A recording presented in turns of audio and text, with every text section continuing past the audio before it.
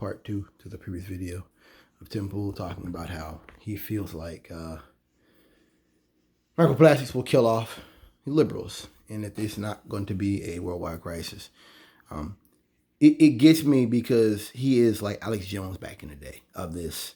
Listening to me and you'll be safe from what's coming, and not where I am, which is that we shouldn't have this at all. And at this point in history, we should be working to prevent these kind of things from happening to anybody.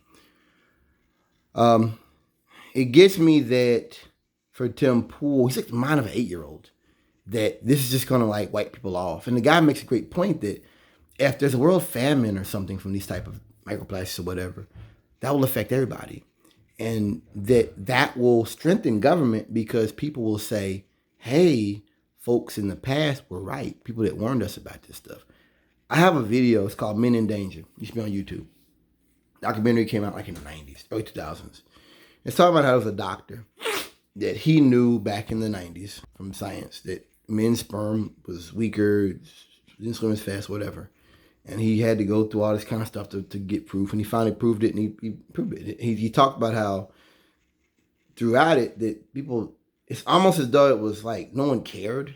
And there was some European countries on a few things, but here in America, nobody really cared about it. It wasn't taken as serious.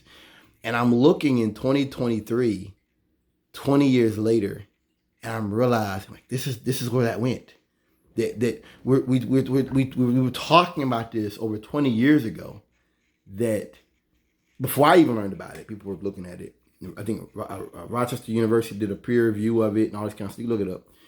We were talking about this, and this is the pseudo-intellectualism of the right. This is what they are now. This is what they are. They are taking a little bit of truth that we knew about 20 years ago, and they're running with it now to say, oh, I've got some new thing. Come listen, guys, that we knew about 20 years ago. And they're putting a right-wing spin on it. That's not new. That, people that live around pesticides and things like that hurts people's bodies. That we knew about this stuff. It gets in your brain. We knew about this stuff. If there was to be a major catastrophe from microplastics, that would affect everybody. There would be, this isn't like cooties. This isn't cooties. This is something that would affect the world and everybody in it. And if people died from it, the government would get larger because the government would have to regulate these things. It's like asbestos. It's like DDT. These corporations are too large for any individual to do anything against. I think 3M was doing something, putting stuff in the rivers back where I'm from. And they got found, they created another corporation with a different name and kept doing it. And the other corporation was getting fined. You can't stop these people. It will take government, oversight, and enforcement. Pure and simple. And anybody on the right, the left, is telling you anything different in regards to pollution or microplastics or PFAS is a liar. Point blank, period. I know this for a fact. It's clear that this is the right using the tools of the left. And as I said, pseudoscience of like, the best lie, you got a little truth sprinkled on it. It's a little bit of truth sprinkled on the lie. And it's more of this,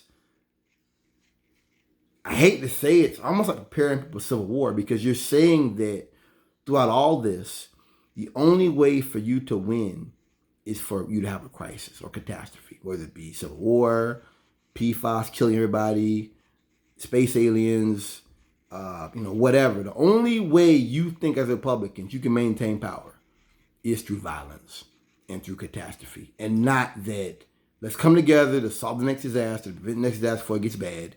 It's they'll all die and we'll win.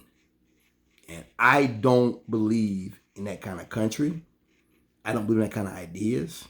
I don't believe in that type of thinking. I think that's a very wicked mind.